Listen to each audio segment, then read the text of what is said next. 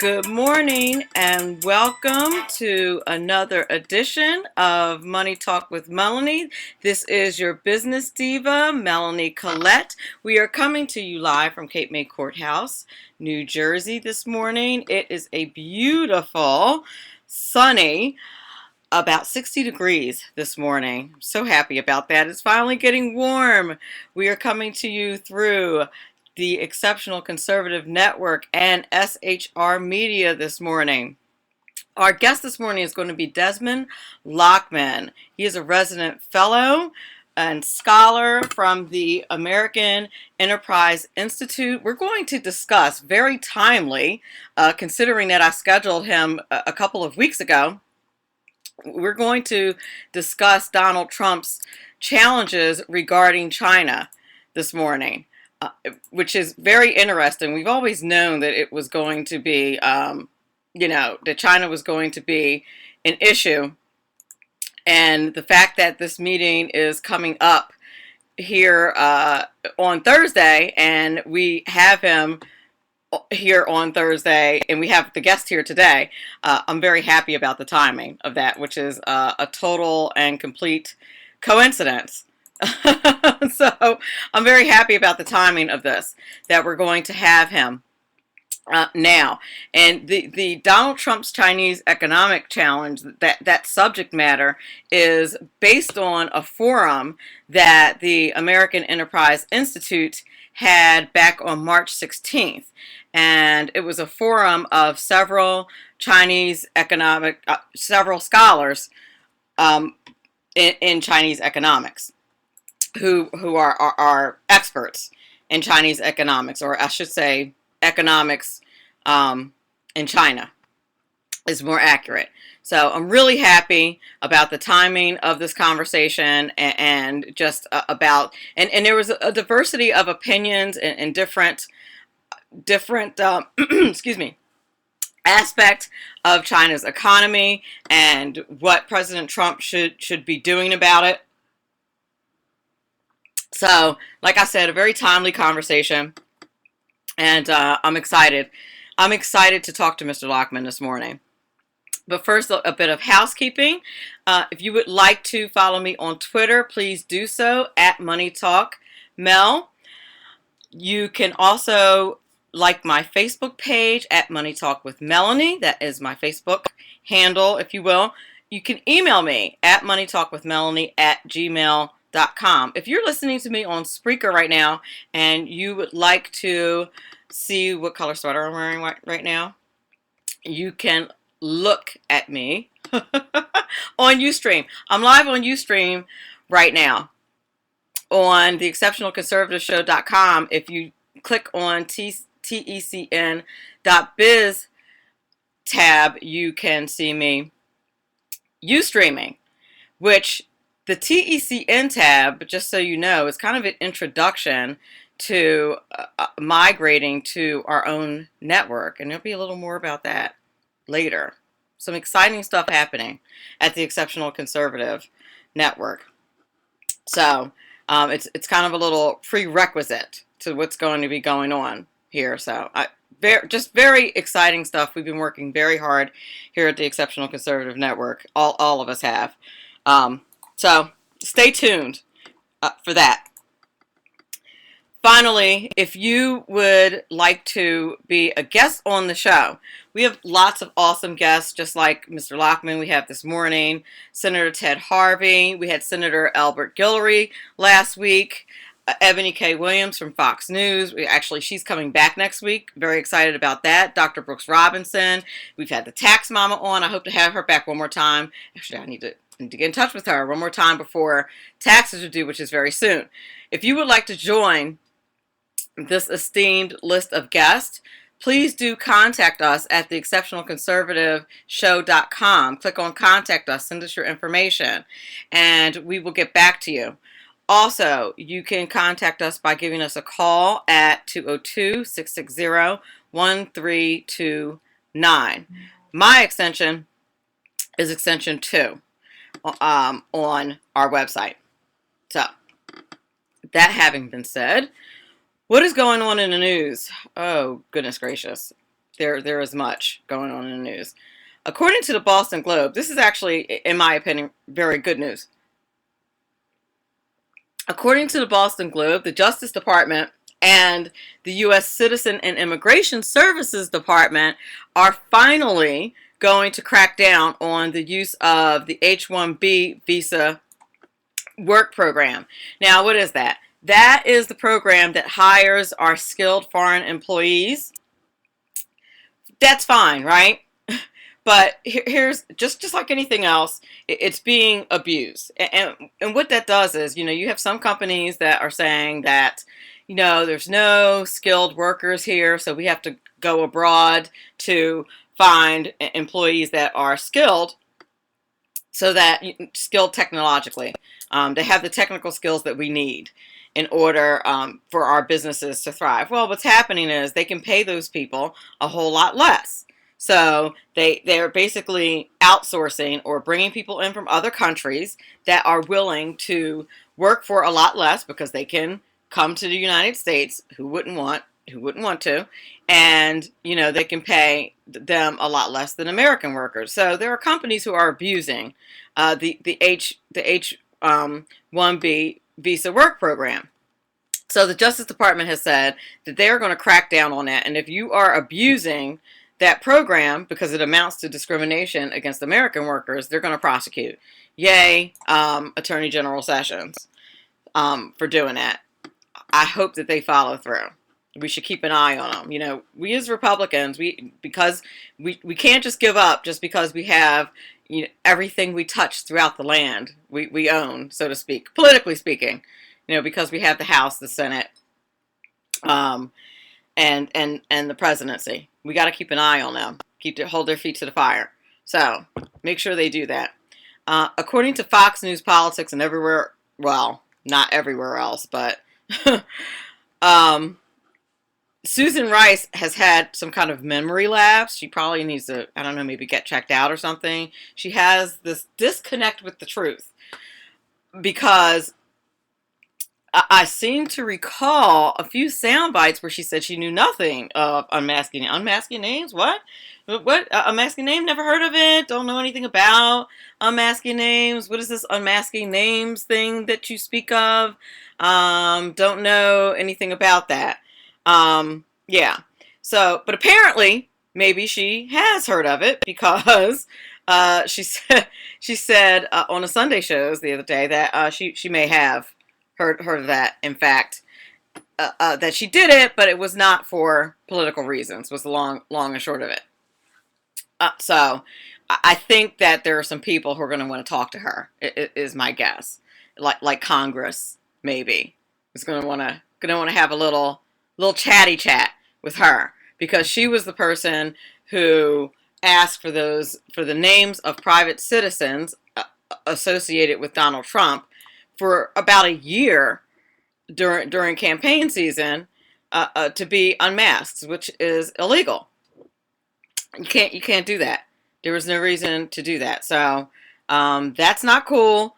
Family members, Donald Trump, it's not a good thing. It's not a good time. So hopefully that's going to be pursued, and we're going to get to the bottom of that. Finally, very, very sad news coming out of Syria. There was a really heinous chemical attack yesterday in Syria.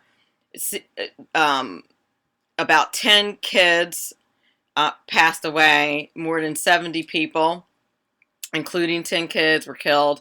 Chemical weapons, which is a really just painful way to leave the planet. And supposedly, we got all the chemical weapons. I thought that's what I heard during the Obama administration, that the chemical weapons were gone. And by the way, there was this whole red line during the Obama administration that was supposed to be the red line when they did the chemical attack back in 2013, and then President Obama didn't do anything about it. But Russia was supposed to have gotten all of the chemical weapons, so we weren't supposed to, worry about that. Well, apparently somebody still had them. And Syria is, of course, saying Assad The leader is saying, "Yeah, I don't know. It must have been rebels. Yeah, I don't know anything about where that could have come from. No idea. It's very sad what's going on. What's going on over there? That the Civil War has been going on for over 6 years, and it's really just very sad. I'm hoping that we're not just going to continue to play the blame game, and we're going to be able to do something. It's just horrible. We were supposed to have destroyed all of those weapons, and apparently that's not the case. No one is shocked about that, by the way, but it's just sad. Okay, when we come back on that cheery note, when we come back on the other side of the break, we're going to be talking to Desmond Lachman from AEI about Donald Trump and China and his economic policies and how we should handle that.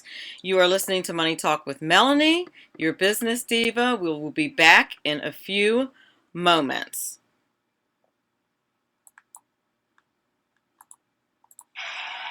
It's time to celebrate, ladies and gentlemen.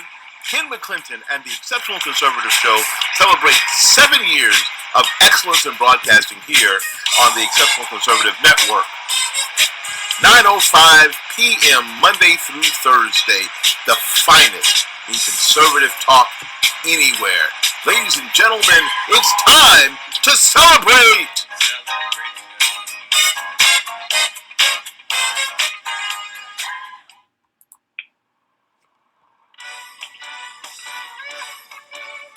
Hello, this is Leslie Ann Stoffel with The Real Clear Israel. Join me every Sunday morning at 10:05 Eastern Time on the Exceptional Conservative Network, where we'll be discussing Israel with guests from Israel and around the world. That's The Real Clear Israel, 10:05 Sunday on the Exceptional Conservative Network. Good morning. I'm Michael Wright. And I'm Shannon Wright. Okay, folks, that's not how it goes. I think I'm Shannon, and you're so. Michael. Yeah. Okay. We are The Right Way with Shannon and Mike. Join us from 7 to 9 a.m. Eastern Time. Live on SHR Media. And on TECN. Where we'll be talking about all kinds of things. From sports and politics. To food and entertainment. To money. Family. And anything else in between. Community, holidays, all kinds of things. It'll be great. Join us from 7 to 9 a.m. Eastern Time. You are listening to the Exceptional Conservative Network. For more information, go to www.theexceptionalconservative.com. Good morning. We're back. You are listening to Money Talk with Melanie. This is your business diva, Melanie Collette. We are very happy to have with us this morning Desmond Lachman, resident fellow Derek Scissors, resident scholar from the American Enterprise Institute. We're discussing this morning Donald Trump's Chinese economic challenge. Desmond Lachman joined AI after serving as managing director and chief emerging market economic strategist at Solomon Smith Barney.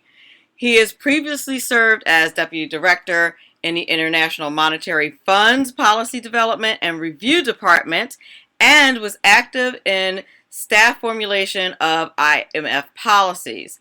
Mr. Lachman has written extensively on the global economic crisis, the U.S. housing market bust, the U.S. dollar, and the strains in the euro area. At AEI, Mr. Lachman is focused on the global macroeconomy, global currency issues, and the multilateral lending agencies. Good morning, Mr. Lachman. How are you? Good. I'm well. Thank you for having invited me. Thank you for being here. Is there anything that I did not cover in your bio that you'd like to tell the audience about your background? No, you've covered it pretty much. That maybe you could have mentioned that before working at Solomon in New York, I spent many years at the International Monetary Fund looking at a whole variety of economies. So I've a lot of experience with economics abroad. Absolutely. Fantastic. I'm very excited about this conversation, and the timing could not be better, especially considering how much we went back and forth to schedule this, and then we finally end up landing a day before China's going to be in the United States, which is just fantastic.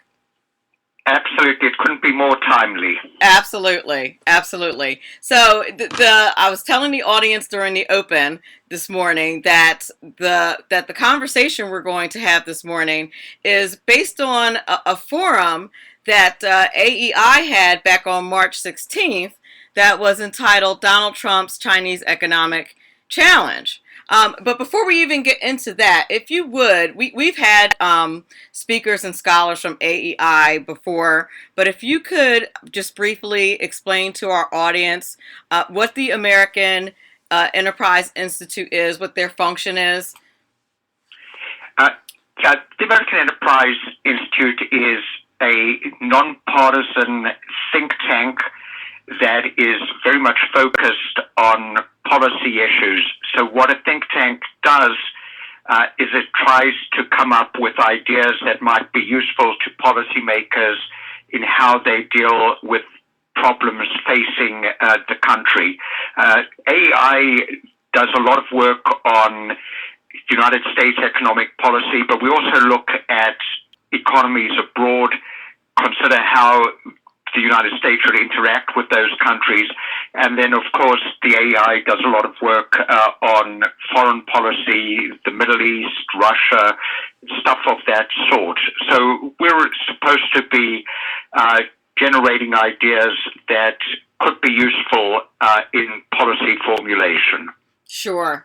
Absolutely. Thank you for that. Do you find, and this is a tiny bit off topic, but not really, have you all found it more difficult to be nonpartisan in this climate because it's just been so divisive?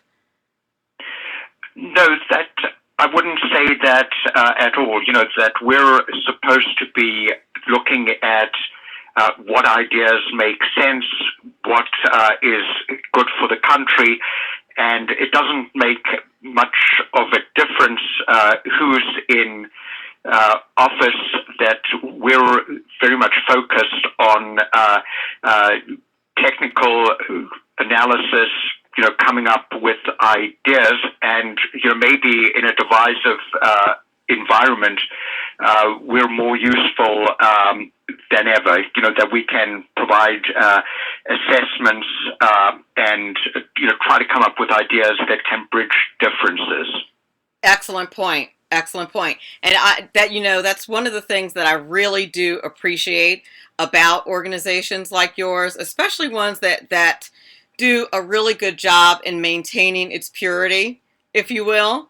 Because sometimes some organizations have difficulty maintaining their purity, and that's one of the reasons why I asked that question. Right. We really try to maintain our credibility and try to maintain a high standard of analysis and integrity, and I think we've been very successful in doing that. Absolutely. Absolutely. I agree with you. And from an economic standpoint, it's not, if you use that as a goal, it's not that difficult to do. Like you said, a lot of it is technical if you use that as a goal.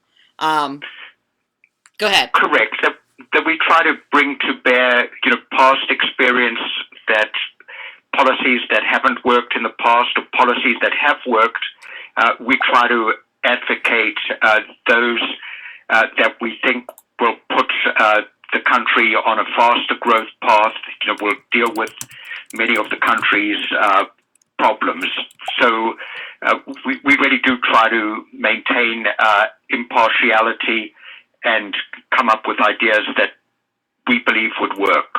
Exactly. That's excellent. And I noticed that from from the video, from this conference, from this forum, and from much of the information on your organization's website, and just from different scholars that I've spoken to in the past that I've had on the show.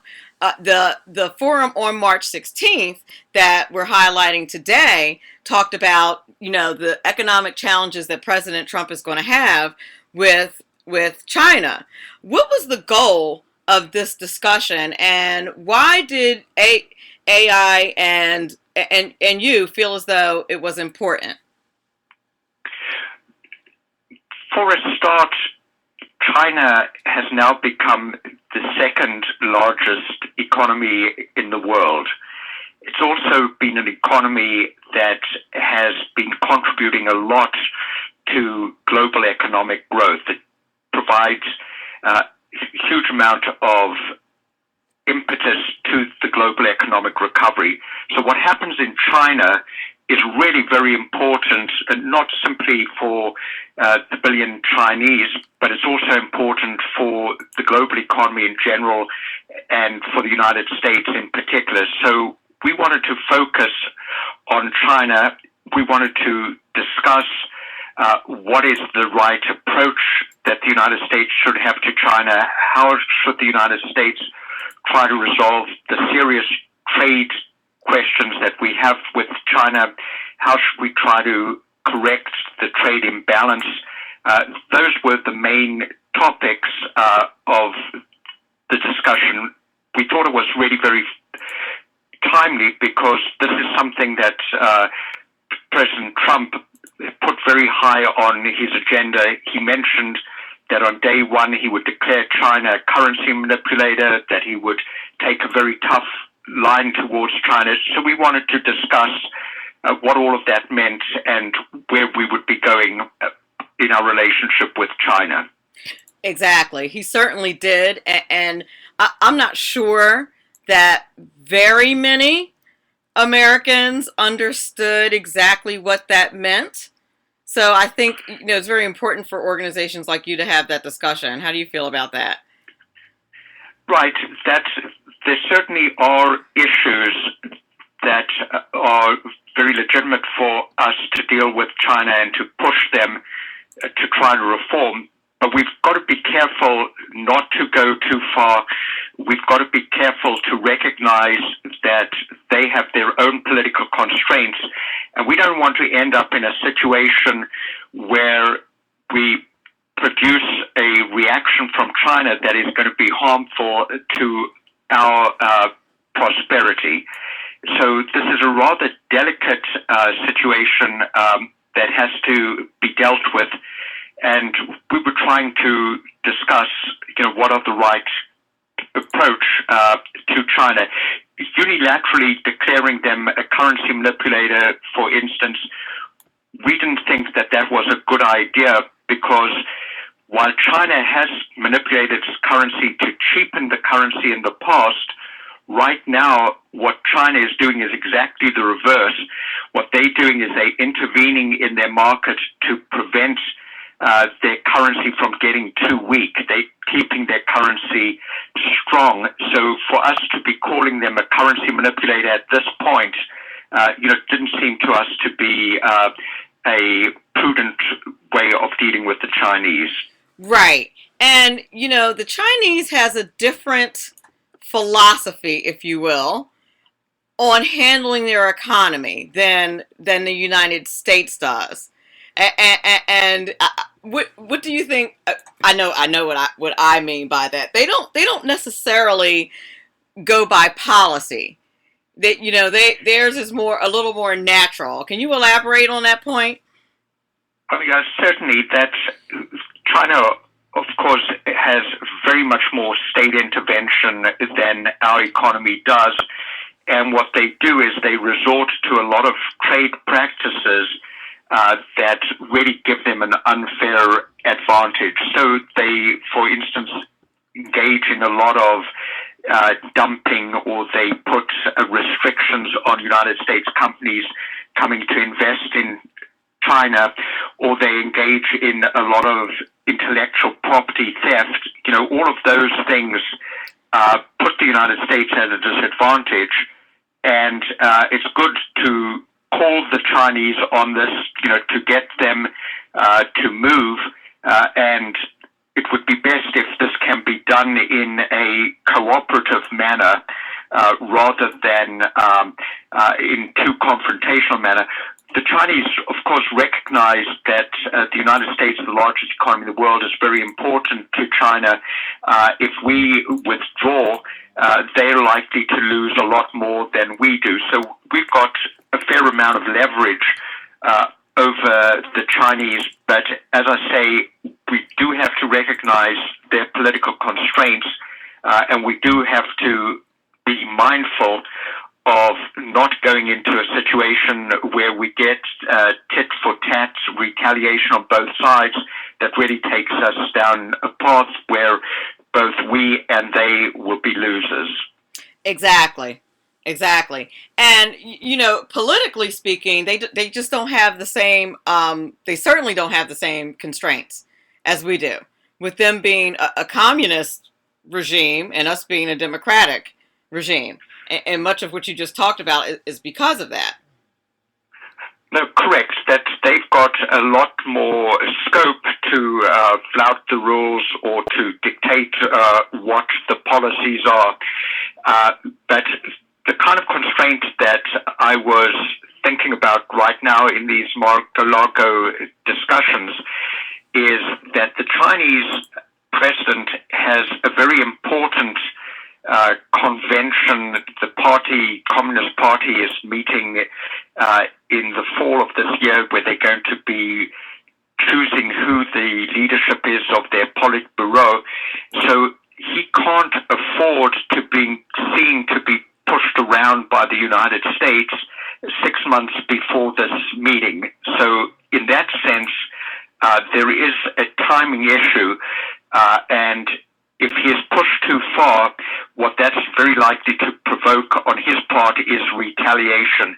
So hopefully this negotiation is well handled in Mar-a-Lago. Otherwise, we could be going down a difficult path. Exactly. And one of the things that you pointed out in your comments during the forum is that, China has some challenges of its own. They have capital flight. They have a credit bubble that they're facing. They need to do some transitioning from its investment driven, from its investment. There's no question about that. And what struck me on the panel was we had speakers from very different organizations, different perspectives. Yes. But they all seem to agree that China is now going to be in for a prolonged period of economic slowdown. So it's going to go the same way as maybe Japan went before it, in the sense that during the 70s and 80s, Japan's economy grew like gangbusters. We were really afraid that they would eclipse our economy. And then we found that the Japanese economy had clay feet. Now it looks like China is going to go the same route. And for much of the reason that you mentioned, the main reason is that much of their growth, economic growth, since the economic crisis in 2008, has been driven by credit expansion, and they've had a credit bubble that has not occurred in any other place on earth. It's much bigger than our credit bubble before the housing bust in 2008. It's bigger than the Japanese bubble before their two lost decades in the 90s and 2000s. So that is really going to, at some stage, cause the Chinese economy to slow a lot. So, the fear that we've got of China becoming such a dominant economic power, maybe that is overstated. China is going to run into economic difficulties as it tries to deal with this credit bubble and it tries to deal with transitioning its economy away from export and investment-led growth. Exactly. And, so rather than, what Donald Trump is saying, or President Trump, I should say, I'm a Republican and I'm still getting used to that. But, so rather than, what President Trump is saying, which he's kind of arguing against dealing with China as much, or at least he's kind of threatening that we're not going to deal with them as much until they get their act together, so to speak, with some of the things that they're doing. You were arguing that we should be increasing our access to the Chinese markets. Well, if we get access to their market, there's plenty of opportunity for United States firms. So they shouldn't be shut out of particular areas of the Chinese economy. We shouldn't accept that China puts in place non-tariff barriers that don't allow us to sell our agricultural products to China. We should really lean on China quite heavily to open up their markets to us and to level the playing field. Exactly. That's true. That is very true. It's a very interesting relationship that I think that these two leaders are going to have, because while you have these two, usually you have the United States and China, and you have a specific philosophy, so to speak, with the United States. And no matter whether it's a Democrat president or a Republican president, it's still a United States president, and you still have kind of the same kind of philosophy, because it's the United States and it's a democratic regime. You know what I mean? Versus a communist regime. But in this particular case, because we have Donald Trump as a president, and I don't know how you feel about this, but this is just my take on it. You have two alpha males here that you're dealing with, and it almost doesn't matter that what kind of political landscape both of the countries have, because of the personalities of the leaders. Well, no, I can understand your concern and your fears, but to Donald Trump's credit, he has really backed away from a lot of the things that he said he would do that would have put us on a collision course with China. So, for instance, what President Trump said before he came into office, he said that on day one he would declare China a currency manipulator. Yes. 3 months later, he's backed off that position. He said that he would put tariffs on China. He's backed off that position. He's taking a more reasonable stance with respect to the Chinese. It seems that he's recognizing that it would be counterproductive to throw the book entirely at the Chinese. So I'm hopeful that we're going to get something rational out of these discussions, and the Chinese will recognize that they're dealing with somebody who is a lot more serious than his predecessor about leveling the playing field for the United States. So hopefully the Chinese, it's not in their interest to have a economic war with the United States. Hopefully they'll give ground and come to some sort of reasonable compromise as to where we go in our trade relation. It's a very important relationship for both countries, so there's a lot at stake, and we'll see what happens the next few days. Absolutely.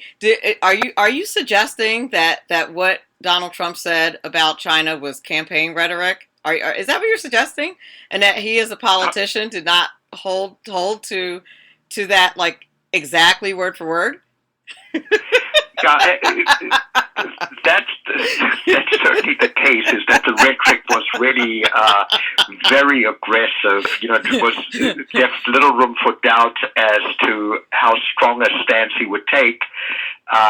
And I'm relieved to see that it was, to a large extent, bluster and rhetoric, and that they're now taking a very much more moderate stance. We need to study these things. We need to proceed cautiously. This is the correct way of dealing with relationship, rather than, to use a mixed metaphor, to be a bull in a china shop. Absolutely. I agree with you completely. We're going to go into a commercial break, and when we come back, I want to talk about what Rory, I hope I'm pronouncing his last name right, McFarquhar said about assuming that the interests of multinational firms are the same as U.S. interests. We're going to talk about that on the other side of this break. You're listening to Money Talk with Melanie. We are on with Desmond Lachman from American Enterprise Institute. We will be back in a couple of moments. Human by race, Christian by faith, American by nationality, conservative by choice. It's Reverend Ralph Chittum's The Right Guy on the Exceptional Conservative Network from 4:05 to 6 p.m. Monday through Friday. The Right Guy on TECN.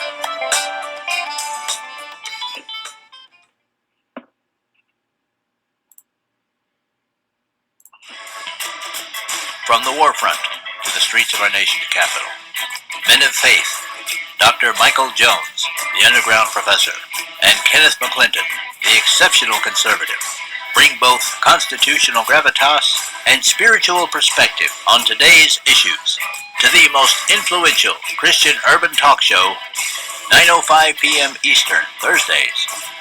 It's a new day on New Day, Black and Red.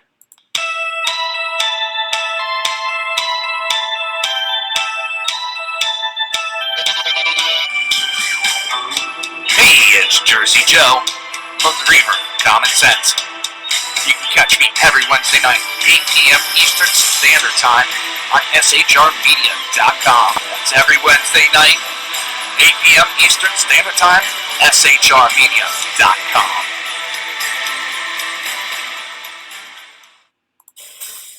The best late-night conservative talk show in America, TECN Radio.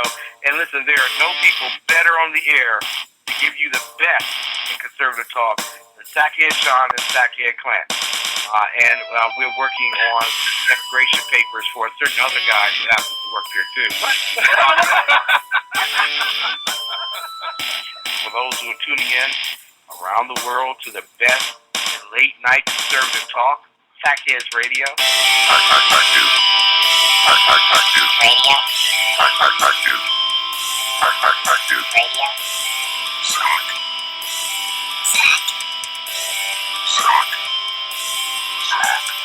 The best late-night conservative talk show in America. In America.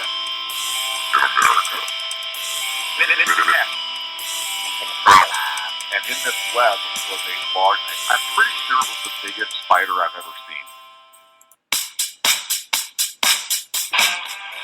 Oh my goodness!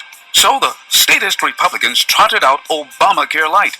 I feel it is yet another insult to the American people. Hello, I'm Ron Edwards. On today's page from the Edwards Notebook, so now we the people are possibly being forced to wait indefinitely before there will be any serious tax cuts because the powers that be decided not to cut one single tax until after Obamacare is replaced. One of the excuses used to drag the process out is certain Senate procedure rules, and also if Obamacare is totally brought up for a vote, then the progressives like Chucky Schumer will filibuster and prevent any progress. To that I say bunk, because if they would have done a better job of defending the medical marketplace when Ali Obama was foisting his socialist health-damaging system upon us, perhaps the dilemma they now refer to wouldn't be occurring now.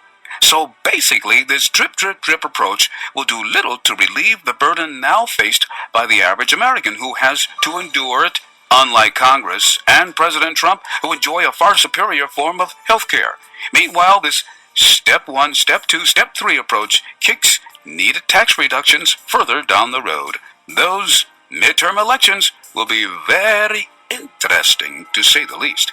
I'm Ron Edwards. Sponsored by the Tri-County Liberty Coalition. The bloviating Zeppelin. He's big-footed enough radio shows to last a lifetime, courtesy of Sean, Clint, Ken, and Jersey Joe. Now it's time for him to waddle on his own 2 feet via the glorious SHR media. Gird thy loins for the bloviating Zeppelin's Berserk Bobcat Saloon, coming soon to Ossicles near you. Excelsior.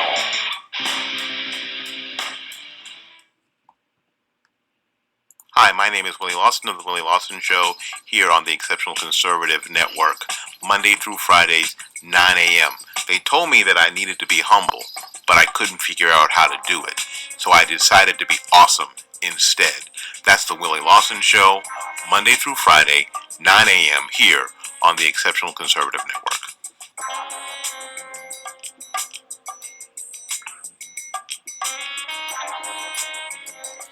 We are back. You are listening to Money Talk with Melanie. We have with us today Desmond Lachman from the American Enterprise Institute. We're talking about Donald Trump's Chinese economic challenge.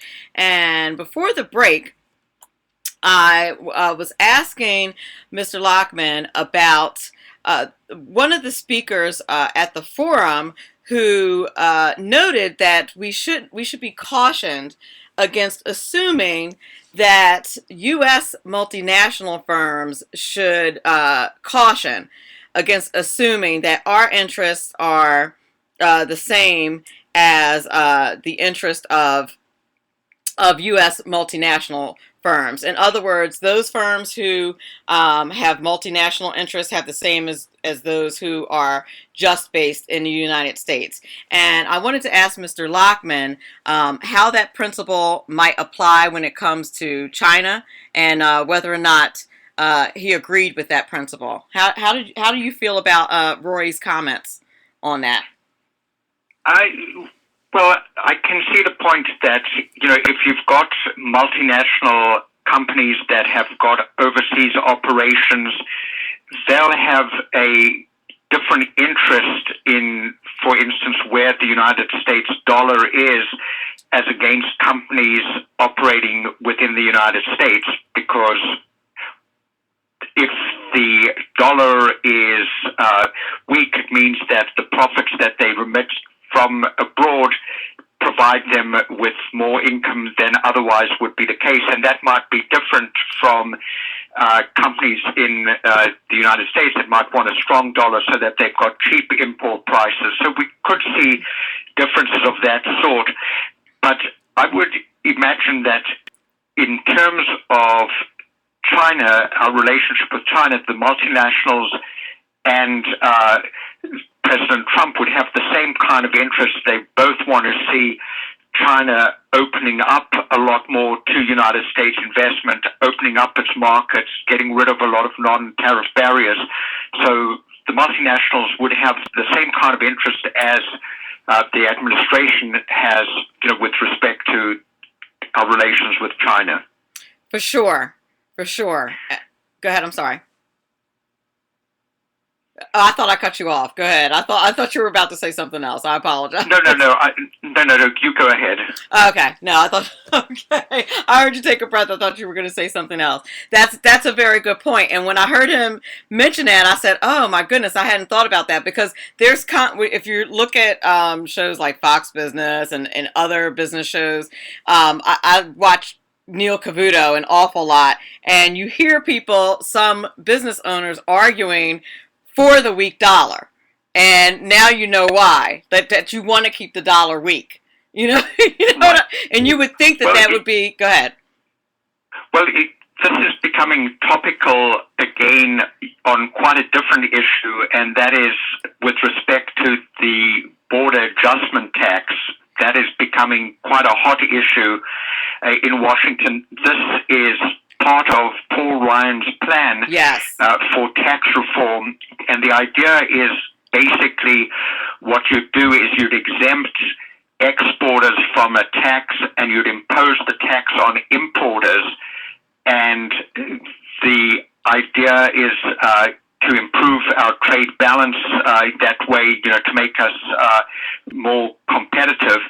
But what this does is it has implications for the dollar, and it causes a distinction between the Walmarts of the world who don't want to see the dollar getting too strong, and the companies who would want a very weak dollar, the exporting side.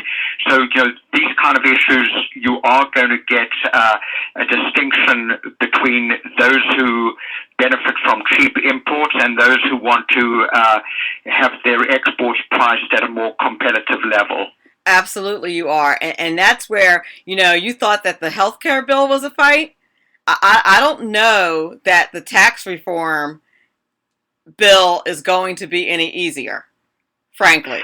Yeah, I would think that it's going to be really very complicated because you are going to get different interests. Once you've got a tax bill, you're going to have winners and losers, and it's going to be difficult to get a coalition around a particular proposal. But we've yet to see any proposal on the table. That is one issue. It appears that the administration isn't adequately staffed to come up with a detailed proposal, to get it through Congress. So my expectation is that this isn't going to be done by August. This is something that's going to drag out a while, and there certainly will be very different views on many aspects of a bill that is likely to be rather complicated. Absolutely. And I mean, what I want the audience to remember is that when we're talking about tax reform, we are not just, I think, many of us are probably thinking just in terms of our personal taxes. But, as Mr. Lachman and I have been discussing for the last couple of minutes, is that we're talking about the tax reform bill is going to affect the global economy, our domestic economy, and our kitchen table economy. It affects absolutely everything. Yeah, what I've been writing about, which is of concern to me about the tax reform, is that it's very easy to want to reduce everybody's taxes and not worry about what does that do to the budget deficit.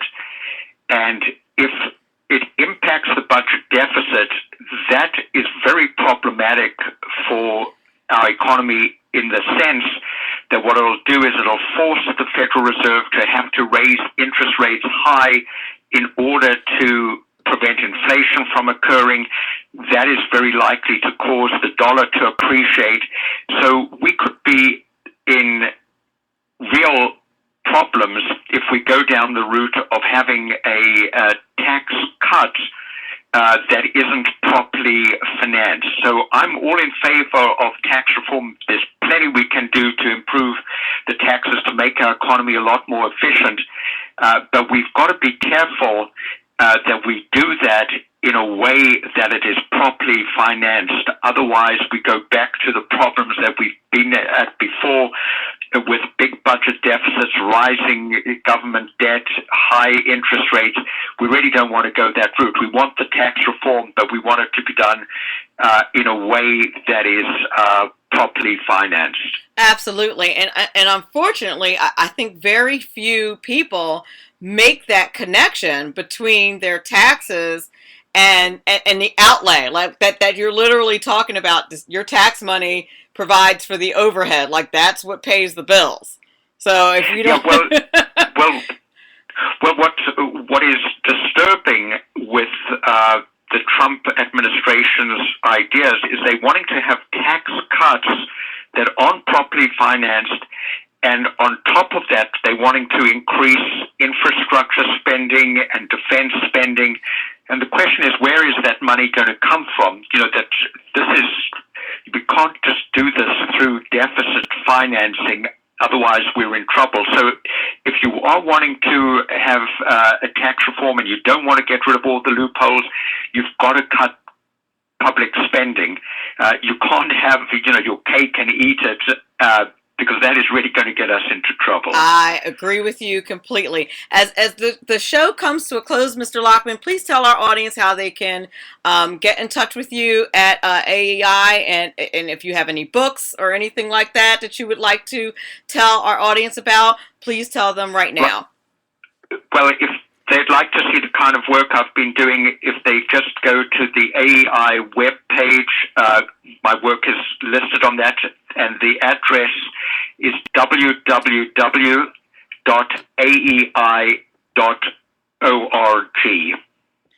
Fantastic. Thank you so much for being on the show this morning. It's been extremely informative. I want the audience to keep an eye on this visit tomorrow, and the information that Mr. Lachman has provided us with is going to be very helpful as you watch what goes on with this meeting tomorrow. Thank you so much for being here. I appreciate it. My pleasure. Thank you. All right. Have a great day. Call ended. You're listening to Money Talk with Melanie. We will be back in one moment. Chicana Ranch is involved in helping youth through the snags along the pathway to adulthood. The last 8 years have created greater challenges. Having a president to parade perversion to our youth has generated the need for us to ramp up our character learning 100-fold. Today's youth are confused, and our goal is to give them a fresh understanding of creation, moral clarity, respect for authority. In short, restore absolutes and boundaries. Boys are born boys and girls are born girls, God's design. Right is right even when no one else is doing it. The Exceptional Conservative Network is underway to raise $10,000 to help advance this mission. Together, let's reverse the confusion aimed at our youth. Don't be a spectator. Go to our donation portal and make your financial contribution now. Your gift goes toward helping youth get clarity. Moral clarity. Thank you. Donovan Larkins, founder and president of Chicana Ranch Youth Foundation, offers a sincere opportunity for you to protect children from molestation and sexual abuse and help abused children receive their healing. In addition, Pastor Larkins is joining forces with the Exceptional Conservative Network to raise awareness of the growing crisis of unresolved homicides, missing persons, and sex trafficking in urban America. Help us raise $10,000 to care for over 300 abused children at Chicana Ranch this summer and put an end to the grief and unnecessary loss of life of unresolved homicides, missing persons, and sex trafficking. Go to the Exceptional Conservative Network homepage at theexceptionalconservativeshow.com and donate today. I want to thank everyone for listening today. Please join me again on Friday.